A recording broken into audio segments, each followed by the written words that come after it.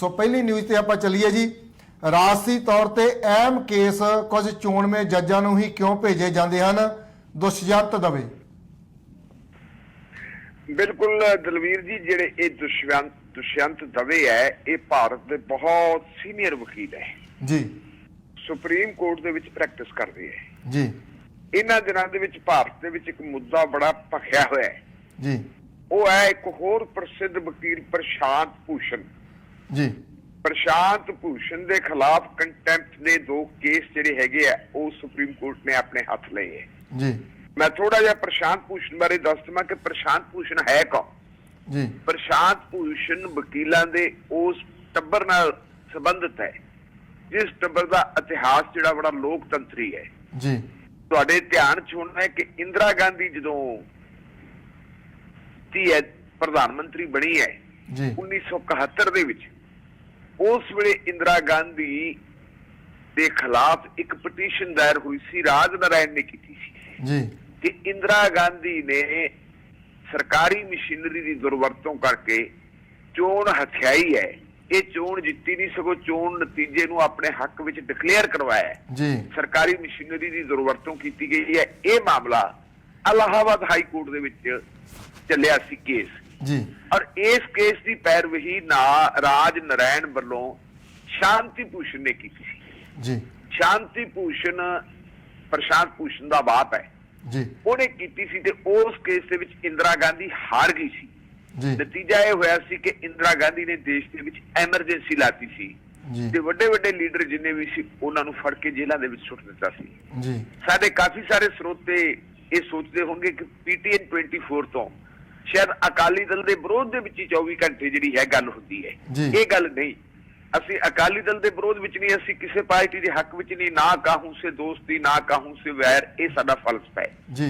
लेकिन जिहड़ी लीडरशिप हुंदी है वेले वेले दी, जिस लीडरशिप ने चंगे काम कीते हुंदे ਅਸੀਂ ਉਹਨੂੰ एप्रीशिएट करते हैं।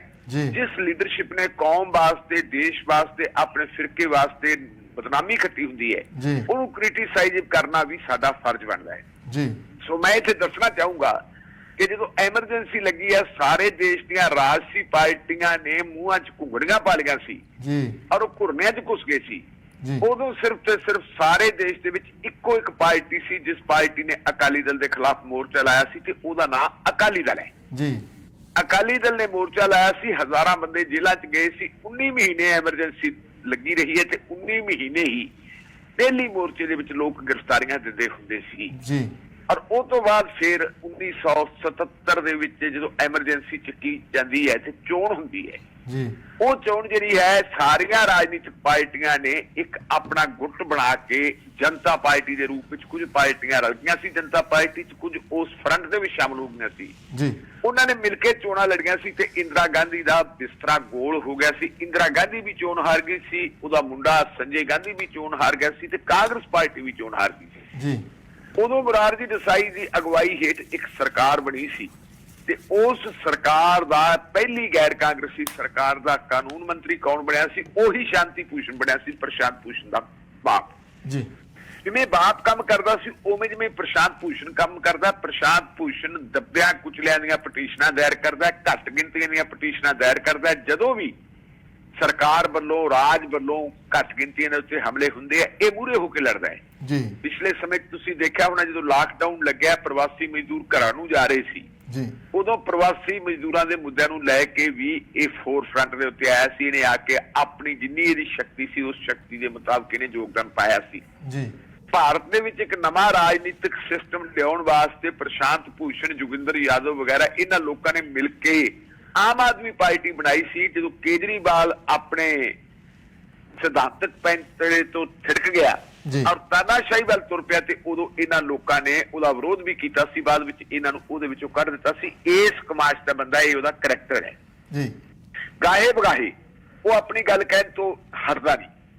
कोई 7, 8, 9 साल पहला उन्हें एक इंटरव्यू दित्ती सी तहलका मैगजीन जी। उस इंटरव्यू दे विच उहने जुडिशरी दे उत्ते कुछ जज्जां दे उत्ते किंतु परंतु कीता सी ते उदों उहदे खिलाफ एक कंटेम्प्ट दी कार्रवाई शुरू हो गई सी, लेकिन वो पेंडिंग पई सी जी। हुण जदों लॉकडाउन लग्या ते लॉकडाउन दे दिनां दे विच साडे जिहड़े चीफ जस्टिस है मिस्टर बोबडे ये नागपुर अपने घर गए हुए सी ਜੀ ਨਾਗਪੁਰ ਆਪਣੇ ਘਰੋਂ ਸਵੇਰੇ ਮਾਰਨਿੰਗ ਵਾਕ ਤੇ ਚਲੇ ਹੈ ਤੇ ਇਨ ਦੀ ਮੀਨ ਟਾਈਮ ਇਹਨਾਂ ਨੂੰ ਕੋਈ ਬੰਦਾ ਮਿਲਿਆ ਜਿਹੜਾ ਬਹੁਤ ਲੱਖਾਂ ਰੁਪਏ ਦੀ ਕੀਮਤ ਵਾਲਾ ਹਾਰਲੇ ਮੋਟਰਸਾਈਕਲ ਲਈ ਖੜਾ ਸੀ। ਜੀ ਇਹਨੇ ਮੋਟਰਸਾਈਕਲ ਦੇਖਿਆ ਸਾਡੇ ਚੀਫ ਜਸਟਿਸ ਸਾਹਿਬ ਨੇ, ਚੀਫ ਜਸਟਿਸ ਸਾਹਿਬ ਦਾ ਦਿਲ ਕੀਤਾ ਵੀ ਉਹ ਮੋਟਰਸਾਈਕਲ ਦੇ ਉੱਪਰ ਬੈਠ ਜਾਣ। ਜੀ ਉਹ ਮੋਟਰਸਾਈਕਲ ਦੇ ਉੱਪਰ ਬੈਠ ਗਏ। ਉਦੋਂ ਚੀਫ ਜਸਟਿਸ ਸਾਹਿਬ ਨੇ ਮਾਸਕ ਨਹੀਂ ਸੀ ਲਾਇਆ ਹੋਇਆ। ਜੀ ਫੋਟੋ ਅਖਬਾਰਾਂ 'ਚ ਛਪ ਗਈ। ਜੀ ਉਸ ਫੋਟੋ ਦੇ ਆਧਾਰ ਦੇ ਉੱਤੇ ਪ੍ਰਸ਼ਾਂਤ ਭੂਸ਼ਣ ਨੇ ਇੱਕ ਟਵੀਟ ਕਰਤਾ ਕਿ ਇਸ ਵੇਲੇ ਸਾਰਾ ਦੇਸ਼ ਦੀ ਸਾਰੀ ਦੁਨੀਆ ਕੋਰੋਨਾ ਦੀ ਮਹਾਮਾਰੀ ਤੋਂ ਤੰਗ ਹੈ।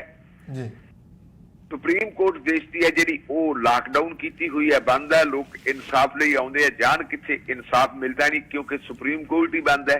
ਜੀ ਚੀਫ ਜਸਟਿਸ ਸਾਹਿਬ ਆਪਦੇ ਘਰ ਆਏ ਹੋਏ ਹੈ ਤੇ ਚੀਫ ਜਸਟਿਸ ਸਾਹਿਬ ਨੇ ਨਾ ਤਾਂ ਸਿਰ ਤੇ ਹੈਲਮਟ ਲਿਆ ਜੀ ਔਰ ਨਾ ਹੀ ਇਹਨਾਂ ਨੇ ਮਾਸਕ ਲਾਇਆ ਹੈ। ਜੀ ਇਹ ਗੱਲ ਉਹਨਾਂ ਨੇ ਕਹਿ ਦਿੱਤੀ ਸੀ ਕਿਉਂਕਿ ਮੋਟਰਸਾਈਕਲ ਖੜਾ ਸੀ। ਖੜੇ ਮੋਟਰਸਾਈਕਲ ਦੇ ਉੱਤੇ ਤੁਹਾਨੂੰ ਪਤਾ ਵੀ ਹੈਲਮਟ ਦੀ ਕੋਈ ਲੋੜ ਨਹੀਂ ਹੁੰਦੀ। ਜੀ ਬਿਲਕੁਲ। ਲੇਕਿਨ ਮਾਸਕ ਵਾਲੀ ਗੱਲ ਸਹੀ ਸੀ। ਜੀ ਇਹਦੇ ਤੇ ਗੂਨਾ ਤੋਂ ਇੱਕ ਵਕੀਲ ਨੇ ਚਿੱਠੀ ਲਿਖ ਦਿੱਤੀ ਚੀਫ ਜਸਟਿਸ ਨੂੰ ਜੀ ਔਰ ਉਹ ਵਕੀਲ ਕਹਿੰਦਾ ਕਿ ਮੈਂ ਭਾਰਤੀ ਜਨਤਾ ਪਾਰਟੀ ਦੇ ਲੀਡਰ ਸੁਬਰਾਮਨੀਅਮ ਸਵਾਮੀ ਦਾ ਪੱਕਾ ਚੇਲਾ ਹੈ। ਉਹਨੇ ਚਿੱਠੀ ਲਿਖ ਦਿੱਤੀ ਜੀ ਇਹਨਾਂ ਨੇ ਪ੍ਰਸ਼ਾਂਤ ਭੂਸ਼ਣ ਨੇ ਤੁਹਾਡੇ ਬਾਰੇ ਜਿਹੜਾ ਟਵੀਟ ਕੀਤਾ ਹੈ ਜੀ ਇਹਦੇ ਵਿੱਚ ਅਦਾਲਤ ਦੀ ਹੱਦ ਤੱਕ ਕਰਤੀ। ਜੀ ਕੀ ਕਹਿੰਦੇ ਲਿਖਿਆ ਹੈ ਨਹੀਂ, ਇਹਨੇ ਕਹਿੰਦੇ ਤੁਹਾਨੂੰ ਯੂ ਆਰ ਆਨਰ ਨਹੀਂ ਲਿਖਿਆ, ਜੀ ਮੀ ਲਾਰਡ ਨਹੀਂ ਲਿਖਿਆ, ਆਨਰੇਬਲ ਨਹੀਂ ਲਿਖਿਆ, ਇਹਨੇ ਸਿੱਧਾ ਲਿਖ ਦਿੱਤਾ ਐਸਏ ਬੋਬੜੇ। ਜੀ ਔਰ ਉਹਦੀ ਜਿਹੜੀ ਹੈਗੀ ਜੀ ਐਪਲੀਕੇਸ਼ਨ ਜੇ ਤੁਸੀਂ ਪੜ੍ਹ ਲਓ ਤੇ ਮੇਰੇ ਖਿਆਲ ਮੁਤਾਬਕ ਆਮ ਜੀ ਨੇ 10 ਜਮਾਤਾਂ ਪੜ੍ਹਿਆ ਹੋਇਆ ਭਾਰਤ ਦਾ ਬੰਦਾ ਹੈ। ਜੀ ਉਹਦੀ ਅੰਗਰੇਜ਼ੀ ਵੀ ਉਹਦੇ ਨਾਲ ਵਧੀਆ ਹੋਊ। ਉਹਦੀ ਅੰਗਰੇਜ਼ੀ ਇੰਨੀ ਵੀਕ ਹੈ ਤੇ ਬਹੁਤ ਸਾਰੀਆਂ ਗਲਤੀਆਂ। ਜੀ ਅਸਲ ਦੇ ਵਿੱਚ ਉਹ ਐਪਲੀਕੇਸ਼ਨ ਹੈ ਹੀ ਇਹੋ ਜੀ ਕਿ ਉਹ ਵਿਚਾਰਨਯੋਗ ਹੀ ਨਹੀਂ ਸੀ, ਉਹਨੂੰ ਪਾੜ ਕੇ ਸਿੱਟਣ ਵਾਲਾ ਸੀ। ਜੀ ਲੇਕਿਨ ਚੀਫ ਜਸਟਿਸ ਸਾਹਿਬ ਨੇ ਉਹਨੂੰ ਕੰਟੈਂਪਟ ਦੇ ਵਜੋਂ ਲੈ ਕੇ ਤੇ ਜਸਟਿਸ ਅਰਨ ਮਿਸ਼ਰਾ ਦੇ ਬੈਂਚ ਕੋਲੇ ਭੇਜ ਦਿੱਤਾ ਕਿ ਜੀ ਤੁਸੀਂ ਸੁਣਵਾਈ ਕਰੋਗੇ ਜੀ। ਜੀ ਨਾਲ ਹੀ ਜਿਹੜਾ 8-9 ਸਾਲ ਪੁਰਾਣਾ ਤਹਿਲਕਾ ਵਾਲਾ ਕੇਸ ਸੀ ਉਹ ਵੀ ਜੋੜ ਦਿੱਤਾ ਕਿ ਇਹਨਾਂ ਦੋਨਾਂ ਕੇਸਾਂ ਦੀ ਸੁਣਵਾਈ ਕਰੋ। ਪ੍ਰਸ਼ਾਂਤ ਭੂਸ਼ਣ ਨੇ ਅਦਾਲਤ ਦੀ ਹੱਦ ਤੱਕ ਕੀਤੀ ਹੈ। ਜੀ ਹੁਣ ਜੇ ਆਪਾਂ ਦੇਖੀਏ ਅਦਾਲਤ ਦੀ ਹੱਦ ਤੱਕ ਕਿੱਥੇ ਬਣਦੀ ਹੈ, ਜੀ ਅਦਾਲਤ ਦੀ ਹੱਦ ਤੱਕ ਉੱਥੇ ਬਣਦੀ ਹੈ ਕਿ ਜੇ ਕੋਈ ਜੁਡੀਸ਼ੀਅਲ ਅਫਸਰ ਕੰਮ ਕਰਦਾ ਹੈ ਉਹਦੇ ਪ੍ਰਤੀ ਤੁਸੀਂ ਕੁਝ ਇਹੋ ਜਿਹੇ ਸ਼ਬਦ ਬੋਲਦੇ ਹੋ ਜਿਹੜੇ ਉਹਦੇ ਕੰਮ ਨੂੰ ਪ੍ਰਭਾਵਿਤ ਕਰਦਾ ਹੋਵੇ, ਜੀ ਨਿਆਂ ਦੇ ਰਾਹ ਵਿੱਚ ਅੜਿੱਕਾ ਹੁੰਦਾ ਪੈਦਾ ਹੋਵੇ, ਫੈਸਲਾ ਕਰਨ ਦੇ ਰਾਹ ਵਿੱਚ ਅੜਿੱਕਾ ਪੈਦਾ ਹੁੰਦਾ ਹੋਵੇ, ਕਿਸੇ ਬੰਦੇ ਨੂੰ ਜਾਤੀ ਤੌਰ ਤੇ ਡਿਫੇਮ ਕਰਨਾ ਹੋਵੇ, ਜੀ ਉਹਨੂੰ ਅਸੀਂ ਕਹਿ ਸਕਦੇ ਹਾਂ ਅਦਾਲਤ ਦੀ ਹੱਦ ਤੱਕ ਹੁੰਦੀ ਹੈ। ਜੀ ਲੇਕਿਨ ਜੇ ਉਸਾਰੂ ਕ੍ਰਿਟਿਸਿਜ਼ਮ ਕੀਤਾ ਜਾਵੇ ਤੇ ਉਹਨੂੰ ਅਸੀਂ ਅਦਾਲਤ ਦੀ ਹੱਦ ਤੱਕ ਨਹੀਂ ਮੰਨ ਸਕਦੇ। ਇਹ ਕਾਇਦਾ ਕਾਨੂੰਨ ਆ ਪਰ ਕਿਉਂ ਕੌਣ ਆਖੇੜਾ ਨਹੀਂ ਅੱਗਾ ਟੱਕ ਕਿਉਂਕਿ ਅਦਾਲਤਾਂ ਨੇ ਆਪ ਹੀ ਫੈਸਲੇ ਕਰਨੇ ਆ। ਜੀ ਜੀ ਜਦੋਂ ਇਹ ਕੰਟੈਂਪਟ ਦੀ ਕਾਰਵਾਈ ਸ਼ੁਰੂ ਹੋ ਗਈ ਤੇ ਨਾਲ ਦੀ ਨਾਲ ਹੀ ਪ੍ਰਸ਼ਾਂਤ ਭੂਸ਼ਣ ਨੇ ਇੱਕ ਹਲਫੀਆ ਬਿਆਨ ਦੇ ਦਿੱਤਾ। ਜੀ ਉਹਨੇ ਉਸ ਹਲਫੀਆ ਬਿਆਨ ਦੇ ਵਿੱਚ ਇਹ ਸਾਬਤ ਕਰਨ ਦਾ ਯਤਨ ਕੀਤਾ। ਪਹਿਲਾਂ ਵੀ ਉਹਨੇ ਇੱਕ ਵਾਰੀ ਕਿਹਾ ਸੀ ਕਿ ਜਦੋਂ ਭਾਰਤ ਦਾ ਇਤਿਹਾਸ ਲਿਖਿਆ ਗਿਆ ਸਹੀ ਅਰਥਾਂ 'ਚ ਉਦੋਂ ਇਹ ਪਤਾ ਲੱਗੂਗਾ ਕਿ ਜਿਹੜਾ ਭਾਰਤ ਦੇ ਵਿੱਚ ਤਾਨਾਸ਼ਾਹੀ ਪੈਦਾ ਹੋ ਰਹੀ ਹੈ, ਤਾਨਾਸ਼ਾਹੀ ਪਨਪ ਰਹੀ ਹੈ ਜਾਂ ਜਿਨ੍ਹਾਂ ਹਾਲਾਤਾਂ ਦੇ ਵਿੱਚੋਂ ਅਸੀਂ ਗੁਜ਼ਰ ਰਹੇ ਹਾਂ, ਜੀ ਇਹਨਾਂ ਹਾਲਾਤਾਂ ਦੇ ਵਿੱਚ ਭਾਰਤ ਦੀ ਜੁਡੀਸ਼ਰੀ ਨੇ ਜਿਹੜੀ ਭੂਮਿਕਾ ਬਣਦੀ ਸੀ ਉਹ ਨਹੀਂ ਨਿਭਾਈ। ਜੀ ਔਰ ਆਉਣ ਵਾਲੀਆਂ ਪੀੜ੍ਹੀਆਂ ਇਹਨੂੰ ਯਾਦ ਕਰਨਗੀਆਂ ਕਿ ਭਾਰਤ ਦੇ ਜਿਹੜੇ ਜੁਡੀਸ਼ੀਅਲ ਅਫੀਸਰ ਸੀ, ਭਾਰਤ ਦੇ ਜੱਜ ਸਾਹਿਬਾਨ ਸੀ, ਉਹ ਵੀ ਕਿਸੇ ਹੱਦ ਤੱਕ ਇਹ ਦੁਖਾਂਤ ਦੇ ਜ਼ਿੰਮੇਵਾਰ ਹੈ ਜਿਹੜੀ ਤਾਨਾਸ਼ਾਹੀ ਇੱਥੇ ਵੱਧ ਰਹੀ ਹੈ। ਜੀ ਔਰ ਨਾਲ ਇਹਨੇ ਸਪੈਸ਼ਲੀ 4 ਜੱਜਾਂ ਦਾ ਨਾਂ ਲਿਖਿਆ ਸੀ ਕਿ ਜਿਹੜੇ ਲੇਟੈਸਟ 4 ਜੱਜ ਸੁਪਰੀਮ ਕੋਰਟ ਦੇ ਹੋਏ ਹੈ ਜੀ ਉਹਨਾਂ 4 ਜੱਜਾਂ ਦੀ ਭੂਮਿਕਾ ਜਿਹੜੀ ਹੈਗੀ ਹੈ ਉਹ ਪੋਜ਼ਿਟਿਵ ਨਹੀਂ, ਉਹ ਨੈਗੇਟਿਵ ਹੈ। ਇਹ ਗੱਲ ਉਹਨੇ ਕਹੀ ਸੀ। ਜੀ ਉਹਦੇ ਤੇ ਪਹਿਲਾਂ ਵੀ ਉਹਨੇ ਇੱਕ ਵਾਰੀ ਕਿਹਾ ਸੀ ਕਿ ਭਾਰਤ ਦੇ ਜਿਹੜੇ ਹੈਗੇ 1 ਦਰਜਨ ਜਿਹੜੇ ਜੱਜ ਹੈਗੇ ਸੁਪਰੀਮ ਕੋਰਟ ਦੇ ਜੱਜ, ਸੀਨੀਅਰ ਜੱਜ, ਉਹ ਕਰਪਟ ਹੈਗੇ। ਜੀ ਔਰ ਉਹਨੇ ਨਾਲ ਵਿਆਖਿਆ ਵੀ ਕੀਤੀ ਸੀ ਕਿ ਕਰਪਸ਼ਨ ਦਾ ਮਤਲਬ ਇਹ ਨਹੀਂ ਕਿਸੇ ਤੋਂ ਪੈਸੇ ਲੈਣਾ। ਜੀ ਕਰਪਸ਼ਨ ਦਾ ਮਤਲਬ ਇਹ ਹੁੰਦਾ ਹੈ ਕਿ ਜਦੋਂ ਕੋਈ ਬੰਦਾ ਕੋਈ ਫੈਸਲਾ ਕਰਦਾ, ਫੈਸਲੇ ਤੋਂ ਬਾਅਦ ਰਿਟਾਇਰ ਹੁੰਦਾ ਹੈ ਜੀ ਔਰ ਉਹਨੂੰ ਕਿਸੇ ਅਹੁਦੇ ਨਾਲ ਸਨਮਾਨਿਆ ਜਾਂਦਾ, ਇਹਦਾ ਮਤਲਬ ਹੈ ਕਿ ਉਹਨੇ ਕਿਸੇ ਨੂੰ ਫੇਵਰ ਦਿੱਤੀ ਹੈ ਤੇ ਫੇਵਰ ਦੇ ਬਦਲੇ ਦੇ ਵਿੱਚ ਫੇਵਰ ਉਹਨੂੰ ਮਿਲੀ ਹੈ। ਇਹ ਵੀ ਇੱਕ ਕਰਪਸ਼ਨ ਹੈ। ਜੀ ਮੇਰੇ ਖਿਆਲ ਮੁਤਾਬਕ ਇਹਦੇ ਤੇ ਹਰ ਬੰਦਾ ਸਹਿਮਤ ਹੋਊਗਾ ਵੀ ਇਹ ਕਰਪਸ਼ਨ ਬਣਦੀ ਹੈ। ਜੀ ਇਹਦੇ ਤੋਂ ਇਲਾਵਾ ਦਲਵੀਰ ਜੀ ਅਗਲੀ ਗੱਲ ਇਹ ਸੀ ਕਿ ਜਿਹੜੇ ਜਸਟਿਸ ਅਰਨ ਮਿਸ਼ਰਾ ਦੇ ਉਹਦੇ ਕੇਸ ਗਏ ਹੋਏ ਆ, ਅਰਨ ਮਿਸ਼ਰਾ ਦੇ ਨਾਲ ਸੰਬੰਧ ਚੰਗੇ ਨਹੀਂ। ਜੀ ਉਹ ਸੰਬੰਧ ਇਸ ਕਰਕੇ ਚੰਗੇ ਨਹੀਂ ਕਿ ਤੁਹਾਡੀ ਯਾਦ ਹੋਣਾ ਹੈ ਇੱਕ ਬਿਰਲਾ ਸਹਾਰਾ ਡੈਰੀ ਕੇਸ ਹੋਇਆ ਸੀ ਹਾਂਜੀ ਜਿਹਦੇ ਵਿੱਚ ਵੱਡੇ ਵੱਡੇ ਲੀਡਰਾਂ ਨੂੰ ਪੈਸੇ ਦੇਣ ਦੀ ਗੱਲ ਕੀਤੀ ਗਈ ਸੀ। ਜੀ ਉਹਦੇ ਵਿੱਚ ਨਰਿੰਦਰ ਮੋਦੀ ਦਾ ਨਾਮ ਵੀ ਬੋਲਦਾ ਸੀ ਕਿ ਨਰਿੰਦਰ ਮੋਦੀ ਨੇ ਵੀ ਮੁੱਖ ਮੰਤਰੀ ਹੁੰਦਿਆਂ ਗੁਜਰਾਤ ਦੇ ਕਰੋੜਾਂ ਰੁਪਏ ਲਏ। ਜੀ ਉਹਦੇ ਵਿੱਚ ਸ਼ੀਲਾ ਦੀਕਸ਼ਤ ਦਾ ਨਾਮ ਵੀ ਬੋਲਦਾ ਸੀ, ਜਿਹੜੀ ਦਿੱਲੀ ਦੀ ਕਾਂਗਰਸੀ ਮੁੱਖ ਮੰਤਰੀ ਹੁੰਦੀ ਸੀ, ਕਿ ਉਹਨੂੰ ਵੀ ਪੈਸੇ ਮਿਲੇ ਹੈ ਜੀ।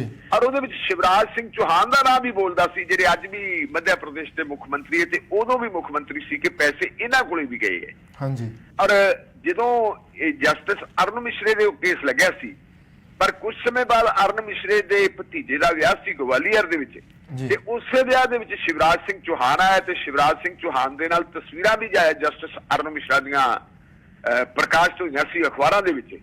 ਉਹਨਾਂ ਦੇ ਉੱਤੇ ਵੀ ਕਿੰਤੂ ਪਰੰਤੂ ਕੀਤਾ ਸੀ ਪ੍ਰਸ਼ਾਂਤ ਭੂਸ਼ਣ ਨੇ, ਕਿ ਇੱਕ ਦੋਸ਼ੀ ਦੇ ਨਾਲ ਤਸਵੀਰਾਂ ਖਿਚਾ ਰਿਹਾ ਹੈ, ਜਿਹਦੇ ਖਿਲਾਫ ਕੇਸ ਚੱਲ ਰਿਹਾ ਹੈ, ਉਸੇ ਦੀ ਅਦਾਲਤ ਚੱਲ ਰਿਹਾ, ਜੱਜ ਤਸਵੀਰਾਂ ਖਿਚਵਾ ਰਿਹਾ, ਤੇ ਇਹਦਾ ਮਤਲਬ ਇਨਸਾਫ ਕਿੱਥੇ ਮਿਲੂਗਾ?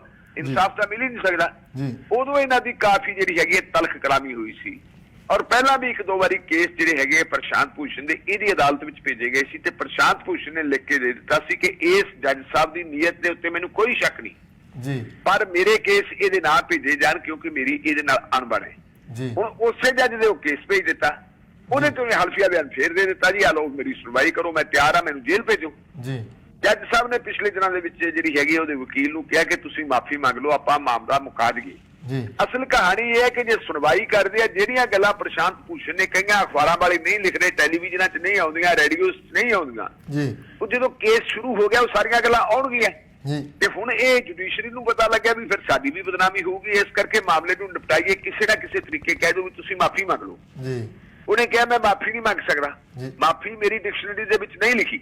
ਹਾਂ, ਜੇ ਕੁਝ ਜੱਜ ਰਿਟਾਇਰ ਹੋ ਗਿਆ ਜਾਂ ਇਸ ਦੁਨੀਆ ਦੇ ਵਿੱਚ ਨਹੀਂ ਰਹੇ, ਮੇਰੇ ਸ਼ਬਦਾਂ ਨੇ ਉਹਨਾਂ ਦੇ ਪਰਿਵਾਰਾਂ ਨੂੰ ਦੁਖੀ ਕੀਤਾ, ਤਾਂ ਮੈਂ ਇੰਨੀ ਕੁ ਗੱਲ ਜ਼ਰੂਰ ਕਹਿ ਸਕਦਾ ਕਿ ਆਈ ਰਿਗਰੈਟ, ਕਿ ਮੈਂ ਅਫਸੋਸ ਪ੍ਰਗਟ ਕਰਦਾ, ਮੇਰੀ ਵਜ੍ਹਾ ਕਾਰਨ ਉਹਨਾਂ ਨੂੰ ਦੁੱਖ ਪਹੁੰਚਿਆ। ਇਹ ਗੱਲ ਤਾਂ ਮੈਂ ਕਹਿ ਸਕਦਾ, ਮੈਂ ਮਾਫੀ ਨਹੀਂ ਮੰਗਦੀ।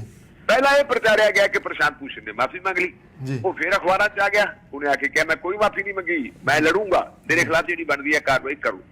ਹੁਣ ਉਹ ਕੇਸ ਦੀ ਸ਼ੁਰੂਆਤ ਹੋਈ ਹੈ। ਉਸ ਕੇਸ ਦੇ ਵਿੱਚ ਫਿਰ ਜਿਹੜਾ ਹੈਗਾ ਪ੍ਰਸ਼ਾਂਤ ਭੂਸ਼ਣ ਦਾ ਵਕੀਲ ਹੈ ਦੁਸ਼ਯੰਤ ਦਵੇ। ਦੁਸ਼ਯੰਤ ਦਵੇ ਨੇ ਬੜੀਆਂ ਗੱਲਾਂ ਕਹੀਆਂ। ਉਹਨੇ ਕਿਹਾ ਕਿ ਰਾਜਨੀਤਿਕ ਤੌਰ ਤੇ ਜਿਹੜੇ ਅਹਿਮ ਕੇਸ ਹੈ ਉਹ ਕੁਝ ਚੋਣਵੇਂ ਜੱਜਾਂ ਨੂੰ ਭੇਜੇ ਜਾਂਦੇ ਹੈ, ਔਰ ਉਹਨੇ ਮਿਸਾਲਾਂ ਦਿੱਤੀਆਂ ਜੀ। ਉਹ ਕਹਿੰਦਾ ਅਯੁੱਧਿਆ ਦਾ ਕੇਸ ਚੋਣਵੇਂ ਜੱਜ ਕੋਲੇ ਗਏ, ਰਫੇਲ ਦਾ ਕੇਸ, ਜਿਹੜੇ ਰਫੇਲ ਜਹਾਜ਼ ਫਰਾਂਸ ਤੋਂ ਆਏ ਆ, ਉਹ ਘਪਲਾ ਸੀ, ਵੱਡਾ ਘਪਲਾ, ਉਹਦਾ ਮਾਮਲਾ ਜਿਹੜਾ ਹੈਗਾ ਚੋਣਵੇਂ ਜੱਜਾਂ ਕੋਲੇ ਗਏ। ਇਸੇ ਤਰੀਕੇ ਜਿਹੜੇ ਸੀਬੀਆਈ ਦੇ ਡਾਇਰੈਕਟਰ ਦਾ ਝਗੜਾ ਸੀ, ਉਹ ਮਾਮਲਾ ਚੋਣਵੇਂ ਜੱਜਾਂ ਕੋਲੇ ਗਿਆ, ਔਰ ਚੋਣਵੇਂ ਜੱਜ ਨੇ ਫੈਸਲਾ ਕੀਤਾ ਜਿਹੜਾ ਫੈਸਲਾ ਸਰਕਾਰ ਚਾਹੁੰਦੀ ਸੀ। ਕਹਿੰਦੇ ਵੀ ਇਹਨੂੰ ਤੁਸੀਂ ਕੀ ਕਹੋਗੇ? ਫਿਰ ਉਹਨੇ ਆਪਦੇ ਪੁਆਇੰਟ ਨੂੰ ਗਾਹ ਤੋਰਿਆ ਕਿ ਭਾਰਤ ਦੇ ਚੀਫ ਜਸਟਿਸ ਸਾਹਿਬ ਰਿਟਾਇਰ ਹੁੰਦੇ ਹੈ, ਜਿਨ੍ਹਾਂ ਨੇ ਅਯੁੱਧਿਆ ਦਾ ਫੈਸਲਾ ਕੀਤਾ ਹੈ, ਔਰ ਉਹਨਾਂ ਨੂੰ ਰਾਜ ਸਭਾ ਦਾ ਮੈਂਬਰ ਨਾਮਜ਼ਦ ਕੀਤਾ ਜਾਂਦਾ, ਇਹਨੂੰ ਤੁਸੀਂ ਕੀ ਕਹੋਗੇ? ਜਸਟਿਸ ਰੰਗਾਨਾਥ ਮਿਸ਼ਰਾ, ਜਸਟਿਸ ਰੰਗਾਨਾਥ ਮਿਸ਼ਨ ਦਾ ਇੱਕ ਕਮਿਸ਼ਨ ਬਣਾਇਆ ਸੀ 1984 ਦੇ ਸਿੱਖ ਕਤਲੇਆਮ ਨੂੰ ਪੜਤਾਲਣ ਵਾਸਤੇ। ਉਹਦੇ ਵਿੱਚ ਜਿਹੜੀ ਉਹਨਾਂ ਨੇ ਰਿਪੋਰਟ ਦੇਣੀ ਚਾਹੀਦੀ ਸੀ, ਉਸ ਰਿਪੋਰਟ ਦੇ ਉਹਨਾਂ ਨੇ ਉਲਟ ਦੇ ਦਿੱਤੀ। ਕਾਂਗਰਸ ਨੇ ਕੁਝ ਸਮੇਂ ਬਾਅਦ ਉਹਨਾਂ ਨੂੰ ਰਾਜ ਸਭਾ ਦਾ ਮੈਂਬਰ ਬਣਾ ਦਿੱਤਾ ਸੀ। ਉਹ ਕਹਿੰਦੇ ਵੀ ਇਹਨੂੰ ਤੁਸੀਂ ਕੀ ਕਹੋਗੇ, ਇਹ ਫੇਵਰ ਵਾਲੀ ਗੱਲ ਨਹੀਂ ਕਹੋਗੇ। ਅਗਲੀ ਗੱਲ ਉਹਨੇ ਜਿਹੜੀ ਬੜੀ ਵੱਡੀ ਕਹਿ ਦਿੱਤੀ ਕਿ ਜਿਹੜੇ ਸਾਡੇ ਸਾਬਕਾ ਚੀਫ ਜਸਟਿਸ ਰੰਜਨ ਗੋਗੋਈ ਇਸ ਵੇਲੇ ਰਾਜ ਸਭਾ ਦੇ ਮੈਂਬਰ ਆ, ਜਿਨ੍ਹਾਂ ਨੇ ਅਯੁੱਧਿਆ ਵਾਲਾ ਫੈਸਲਾ ਸੁਣਾਇਆ ਹੈ, ਉਹਨਾਂ ਦੇ ਖਿਲਾਫ ਉਹਨਾਂ ਦੀ ਅਦਾਲਤ ਦੀ ਇੱਕ ਮੁਲਾਜ਼ਮ ਕੁੜੀ ਨੇ, ਬੀਬੀ ਨੇ ਇਲਜ਼ਾਮ ਲਾਤਾ ਸੀ ਸੈਕਸੁਅਲ ਹਰਾਸਮੈਂਟ ਦਾ, ਕਿ ਜੱਜ ਸਾਹਿਬ ਮੈਨੂੰ ਸੈਕਸੁਅਲੀ ਹਰਾਸ ਕਰਦੇ ਹੈ। ਉਸ ਮਾਮਲੇ ਦੇ ਵਿੱਚ ਉਸ ਕੁੜੀ ਨੂੰ ਡਿਸਮਿਸ ਕਰ ਦਿੱਤਾ ਸੀ। ਉਹਦੇ ਹਸਬੈਂਡ ਦੇ ਉੱਤੇ, ਉਹਦੇ ਦਿਓਰ ਦੇ ਉੱਤੇ, ਸਾਰੇ ਟੱਬਰ ਤੇ ਮੁਕੱਦਮੇ ਬਣਾਤੇ ਸੀ, ਔਰ ਉਹ ਕੁੜੀ ਜਿਹੜੀ ਹੈ ਨੌਕਰੀ ਤੋਂ ਨਿਕਲ ਗਈ ਸੀ, ਦਰ ਦੀਆਂ ਠੋਕਰਾਂ ਖਾਂਦੀ ਰਹੀ। ਜਿੰਨੀ ਦੇਰ ਤੱਕ mister Ranjan Gogoi chief justice ਰਹੇ ਹੈ ਭਾਰਤ ਦੇ, ਉਹਨੂੰ ਕੋਈ ਇਨਸਾਫ ਨਹੀਂ ਮਿਲਿਆ। ਲੇਕਿਨ ਜਦੋਂ ਰੰਜਨ ਗੋਗੋਈ ਸਾਹਿਬ ਰਿਟਾਇਰ ਹੋ ਗਏ, ਉਸ ਕੁੜੀ ਨੂੰ ਬਹਾਲ ਵੀ ਕਰ ਦਿੱਤਾ। ਉਹਦੇ ਹਸਬੈਂਡ ਤੇ ਉਹਦੇ ਦਿਓਰ ਦੇ ਖਿਲਾਫ ਜਿਹੜੇ ਮੁਕੱਦਮੇ ਸੀ, ਉਹ ਵੀ ਸਾਰੇ ਖਤਮ ਹੋ ਗਏ। ਔਰ ਉਹਨੇ ਕਿਹਾ ਕਿ ਇਹਨੂੰ ਤੁਸੀਂ ਕੀ ਕਹੋਗੇ? ਜੇ ਇਹ ਚੀਜ਼ਾਂ ਹੋਣਗੀਆਂ ਤੇ ਇਹਨਾਂ ਚੀਜ਼ਾਂ ਨੂੰ ਕੋਈ ਬੰਦਾ ਉਠਾਊਗਾ ਤੇ ਤੁਸੀਂ ਕਹੋਗੇ ਵੀ ਇਹ ਕਰਪਸ਼ਨ ਹੈ, ਇਹ ਕੰਟੈਂਪਟ ਆਫ ਕੋਰਟ ਹੈ, ਤੇ ਕੰਟੈਂਪਟ ਕਿਵੇਂ ਬਣੂਗੀ? ਇਸ ਗੱਲ ਨੂੰ ਉਹਨੇ ਕਿਹਾ ਜੀ ਦੱਸੋ ਇਹ ਕੀ ਹੈ। ਫਿਰ ਉਹਨੇ ਇੱਕ ਜੱਜ ਸਾਹਿਬ ਦਾ ਨਾਮ ਲਿਆ, ਜਸਟਿਸ ਨਾਰੀਮਨ ਦਾ। ਉਹ ਕਹਿੰਦੇ ਜਸਟਿਸ ਨਾਰੀਮਨ ਬੜੇ ਭਲੇਮਾਨ ਬੰਦੇ ਹੈ, ਔਰ ਉਹਨਾਂ ਨੇ ਕਾਨੂੰਨ ਦੀ ਠੀਕ ਤਰੀਕੇ ਨਾਲ ਵਿਆਖਿਆ ਕੀਤੀ ਹੈ। ਬੜੇ ਵੱਡੇ ਉਹ ਜੱਜ ਸੁਪਰੀਮ ਕੋਰਟ ਦੇ ਵਕੀਲ ਵੀ ਰਹੇ ਹੈ। ਅਹਿਮ ਮੁਕੱਦਮੇ ਉਹਨਾਂ ਨੂੰ ਕਿਉਂ ਨਹੀਂ ਭੇਜੇ ਜਾਂਦੇ? ਤੇ ਫਿਰ ਬੈਂਚ ਦੇ ਵਿੱਚੋਂ ਇੱਕ ਜੱਜ ਸਾਹਿਬ ਨੇ ਕਿਹਾ ਜੀ ਜਿਹੜਾ ਮਨੀਪੁਰ ਵਾਲਾ ਕੇਸ ਸੀ, ਉਹਦੇ ਵਿੱਚ ਉਹ ਵੀ ਸੀਗੇ। ਉਹਨੇ ਕਿਹਾ ਜੀ ਮੈਂ ਮਨੀਪੁਰ ਵਾਲੇ ਕੇਸ ਦੀ ਗੱਲ ਨਹੀਂ ਕਰਦਾ, ਮੈਂ ਰਾਜਨੀਤਿਕ ਤੌਰ ਤੇ ਜਿਹੜੇ ਅਤੀ ਸੰਵੇਦਨਸ਼ੀਲ ਮੁਕੱਦਮੇ ਹੈ, ਅਤੀ ਸੰਵੇਦਨਸ਼ੀਲ ਕੇਸ ਹੈ, ਉਹਨਾਂ ਦੀ ਗੱਲ ਕਰਦਾ ਕਿ ਉਹ ਕੇਸ ਜਿਹੜੇ ਹੈਗੇ ਉਹ ਜਿਹੜੇ ਹੈ ਚੋਣਵੇਂ ਜੱਜਾਂ ਨੂੰ ਕਿਉਂ ਦਿੱਤੇ ਜਾਂਦੇ ਹੈ ਜੀ। ਸੋ ਹੁਣ ਇਹ ਮਾਮਲਾ ਜਿਹੜਾ ਹੈਗਾ ਜੀ ਬਹਿਸ ਹੋ ਗਈ ਹੈ। ਬਹਿਸ ਹੋਣ ਤੋਂ ਬਾਅਦ ਪ੍ਰਸ਼ਾਂਤ ਭੂਸ਼ਣ ਦਾ ਕੇਸ ਹੈ ਜਿਹੜਾ ਉਹ ਫੈਸਲੇ ਤੇ ਰਿਜ਼ਰਵ ਰੱਖਿਆ ਗਿਆ ਹੈ ਜੀ। ਫੈਸਲਾ ਕੀ ਆਉਂਦਾ ਕੀ ਨਹੀਂ ਆਉਂਦਾ ਇਹ ਇੱਕ ਵੱਖਰੀ ਗੱਲ ਹੈ, ਲੇਕਿਨ ਸਾਨੂੰ ਇਸ ਗੱਲ ਦੀ ਤਸੱਲੀ ਹੈ ਕਿ ਭਾਵੇਂ ਭਾਰਤ ਦੀ ਜੁਡੀਸ਼ਰੀ ਹੈ ਜਿਹੜੀ ਇਸ ਵੇਲੇ ਥੋੜੀ ਜਿਹੀ ਉਹਦੇ ਤੇ ਇਹ ਇਲਜ਼ਾਮ ਲੱਗਦਾ ਕਿ ਉਹ ਪ੍ਰੋ ਸਟੇਟ ਹੈ, ਉਹ ਸਰਕਾਰ ਦੇ ਹੱਕ ਵਿੱਚ ਹੈ, ਲੇਕਿਨ ਤਸੱਲੀ ਸਾਡੇ ਲਈ ਇਸ ਗੱਲ ਦੀ ਹੈ ਕਿ ਅਜੇ ਵੀ ਸੁਪਰੀਮ ਕੋਰਟ ਦੇ ਵਿੱਚ ਇਸ ਦੇਸ਼ ਦੇ ਵਿੱਚ ਜਿਹੜੇ ਹੈਗੇ ਆ ਜਾਗਦੀ ਜ਼ਮੀਰ ਵਾਲੇ ਕੁਝ ਵਕੀਲ ਸਾਹਿਬਾਨ ਹੈਗੇ ਆ ਜਿਹੜੇ ਸੱਚ ਨੂੰ ਸੱਚ ਤੇ ਝੂਠ ਨੂੰ ਝੂਠ ਕਹਿਣ ਦੀ ਜ਼ਰੂਰਤ ਰੱਖਦੇ ਆ ਔਰ ਸੁਪਰੀਮ ਕੋਰਟ ਦੇ ਜੱਜਾਂ ਦੇ ਸਾਹਮਣੇ ਜਿਹੜੇ ਇਹ ਗੱਲ ਕਹਿੰਦੇ ਆ ਕਿ ਚੋਣਵੇਂ ਜੱਜਾਂ ਨੂੰ ਹੀ ਕਿਉਂ ਅਤੀ ਸੰਵੇਦਨਸ਼ੀਲ ਜਿਹੜੇ ਸਿਆਸੀ ਤੌਰ ਤੇ ਕੇਸ ਆ ਕਿਉਂ ਭੇਜੇ ਜਾਂਦੇ ਆ। ਇਹ ਦੁਸ਼ਯੰਤ ਦਵੇ ਨੇ ਇੱਕ ਨਵਾਂ ਇਤਿਹਾਸ ਰਚਿਆ ਹੈ ਭਾਰਤ ਦੇ ਜੁਡੀਸ਼ਰੀ ਦੇ ਵਿੱਚ। ਇੱਥੇ ਮੈਂ ਇਹ ਵੀ ਜ਼ਿਕਰ ਕਰ ਦੇਵਾਂ ਕਿ ਜਿਹੜੇ ਵਕੀਲ ਹੈ ਵਕੀਲਾਂ ਨੂੰ ਵੀ ਜਿਹੜਾ ਹੈਗਾ ਅਦਾਲਤੀ ਸਿਸਟਮ ਦਾ ਇੱਕ ਹਿੱਸਾ ਸਮਝਿਆ ਜਾਂਦਾ, ਇਹਨਾਂ ਨੂੰ ਵੀ ਕਿਹਾ ਜਾਂਦਾ ਕਿ ਇਹ ਵੀ ਜੁਡੀਸ਼ੀਅਲ ਆਫੀਸਰ ਹੈ। ਸੋ ਬੈਂਚ ਤੇ ਬਾਹਰ ਦਾ ਇੱਕ ਆਪਸੀ ਸੰਬੰਧ ਹੁੰਦਾ ਹੈ। ਜੇ ਬੈਂਚ ਤੇ ਬਾਹਰ ਦੋਨੇ ਹੀ ਲੀਹ ਤੋਂ ਲੈ ਜਾਣ ਤਾਂ ਫਿਰ ਤੁਹਾਨੂੰ ਪਤਾ ਵੀ ਐਕਸੀਡੈਂਟ ਹੁੰਦਾ ਹੈ, ਤੇ ਜੇ ਇੱਕ ਧਿਰ ਲੀਹ ਤੋਂ ਲੈਂਦੀ ਹੋਵੇ ਤੇ ਦੂਜੀ ਧਿਰ ਜਿਹੜੀ ਉਹਨੂੰ ਲੀਹ ਤੇ ਚੜਾਉਣ ਦੀ ਕੋਸ਼ਿਸ਼ ਕਰਦੀ ਹੋਵੇ ਤਾਂ ਉਹਦੇ ਤੋਂ ਆਪਾਂ ਆਸ ਉਮੀਦ ਰੱਖ ਸਕਦੇ ਹਾਂ ਕਿ ਜਿਹੜਾ ਹੈਗਾ ਜਿਹੜੇ ਡੁੱਲੇ ਹੋਏ ਦਾਣੇ ਹੈ ਉਹਨਾਂ ਦਾਣਿਆਂ ਨੂੰ ਫਿਰ ਕੁਝ ਇਹਦੇ ਵਿੱਚ ਪਾਉਣ ਦਾ ਯਤਨ ਕੀਤਾ ਜਾ ਰਿਹਾ, ਭਾਂਡੇ 'ਚ ਪਾਉਣ ਦਾ ਯਤਨ ਕੀਤਾ ਜਾ ਰਿਹਾ ਜੀ।